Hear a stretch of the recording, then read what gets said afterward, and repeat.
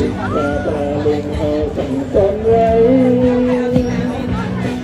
ี่ก็อีเซกาลิยิงกลางล้มเนี่ยครับซาซูมาด้วยไอ้มาหอบผักกันไอเฮ็ดกันใหญ่เกิดสีกำกันนะคะยึดลมกับเลยค่ะพี่น้องต่างกันค่ะเนาะอันนี้ก็เงินสุโอชาสันตาน่ะไว้กันไหนไอ้นาเนื้ออยู่สิบกัดเย็นแต่ว่าให้ในนี้ดูใส่ข้ามสามกับยันความรวงกันรวงโค้งค้าในวันนี้จมดับน้ำค่ะพี่น้องกลางลงในคดีวัดความหลวงหน่อยกลางลงห้องความหลวงอะไรอะไรยินกันเดี๋ยวอินกันค่ะเดี๋ยวพักที่เหมือนเขาเชียนให้โมเดลแอนนาเป็นใส่ค่ะเนาะเวลาเสียเขาค่ะค่ะเราห้องกันค่ะพาหลวงโค้งเลยค่ะเนาะ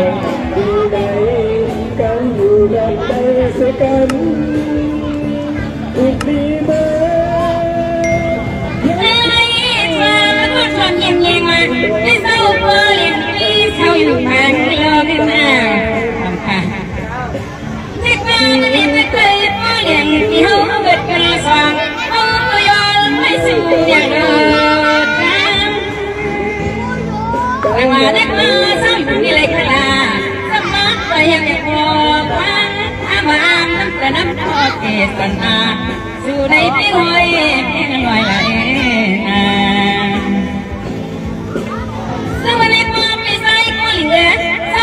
ปางรวงปากแถวเมืองไทยนี่ก็สุดก็เป็นไทยเขาก็เป็นไทยสบายก็เยี่ยมมันกาตัวสารในสิ่งก็เป็นเนี่ย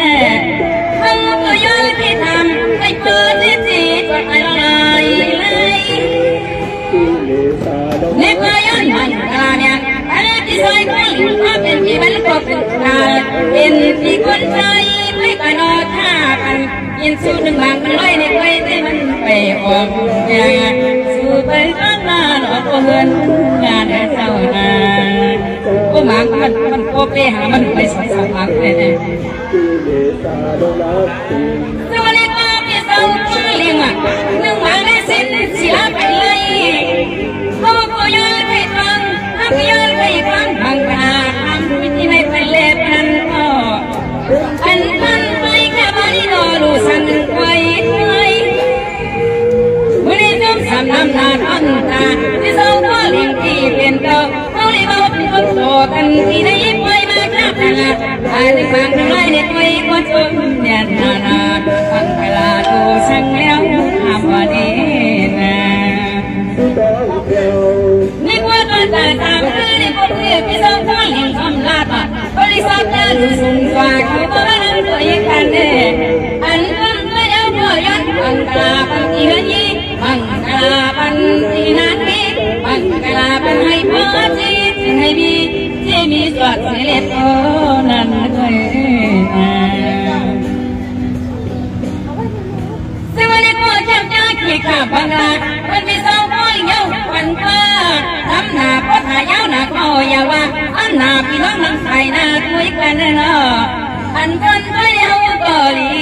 วันสวัสดีอันก็ไปเลยขอพ่อไปไม่ที่ใส่ที่ขอไปเปลืองขันช้างล้างวังข้าพ่อก่อนต้องพี่ก็เลี้ยงพี่เป็นเส้นเหก็ย้อนให้ก็เลยเป็นสักทีน้ำเบียร์ก็ให้ไปเป็นสักทีน้ำเบียร์ลงซึ่งใจคอยเลยนะ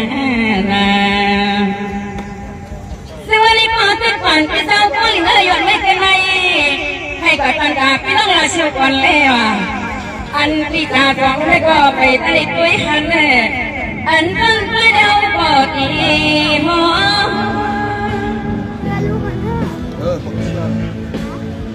สวัสดีค่ะเราพูดเตรียมมาดิแม่ในชาเป็นก่อนเฮ้เนี่ยก็ได้ผู้สาวคันแน่เนี่ยก็คือขยินความของ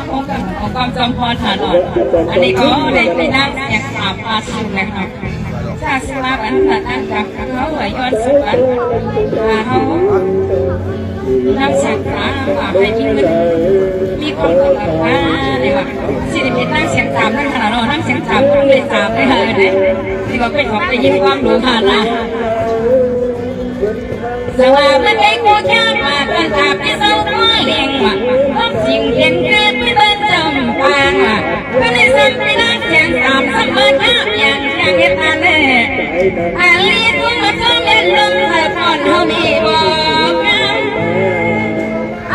นี่เดียวน้ำใจพี่น้องเราชาวนี่ของไทยอ่ะมีออกมีอยู่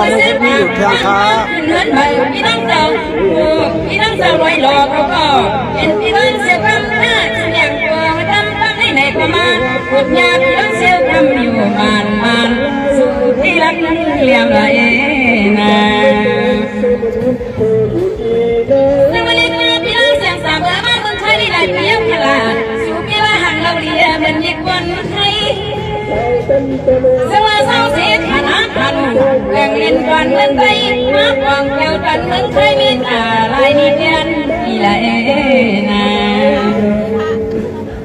ซึ่งวันนี้ก็ฟังพี่น้องไทยคนลงเรียนเดียวเนาะฟังไปก็อย่าให้มันหุบมันหายนะเขาก็มีใครร้องอย่างนี้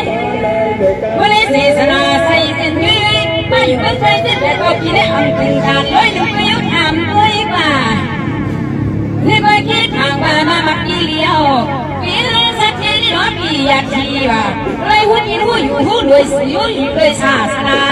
บางคราบันเรื่องการเย่ถ้าเรื่องนั้นพี่บ้านจะต้องมาต่อกันพี่ได้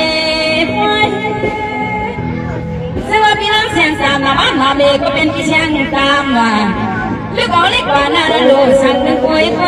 ทำต้องไปกันหลอกพี่น้องสั่งเลี้ยงเสียคำมาอย่างรอมีเจ้าเดียวละในนา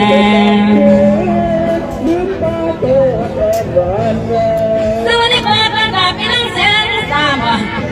ไอ้สามเพื่อนลูกชุดไทยเอาไอ้ที่ทำเสียงรวมเสียงว่าพี่หัวเศร้าการกดไว้พี่เสียงทางพันเวียนกันพื้นเวียนงานเล็กแหวงขึ้นมาแล้วตาหน้ามันนำเล็กเอาตัวย่างข้างกองผ่านเขาคือกีบหัวสวัสดีกันตาพี่น้องเสียงสามกันตาพ่อชาเท่าสันดาพี่หัวเศร้าการกดไม่เอาความกำหัวเท่าตัวย่างเสียงมันกาลากันก็ชาตามใจตามที่ร้องยุ่งละนี่นะสวัสดีค่ะน้องก็แบบพี่นั่งสังสรรค์เลยพี่ชายคนเขาเนี่ยก็ตัวยาวกันขนาดกระเบื้องมึงแน่ๆเนี่ยค่อยก็มันคน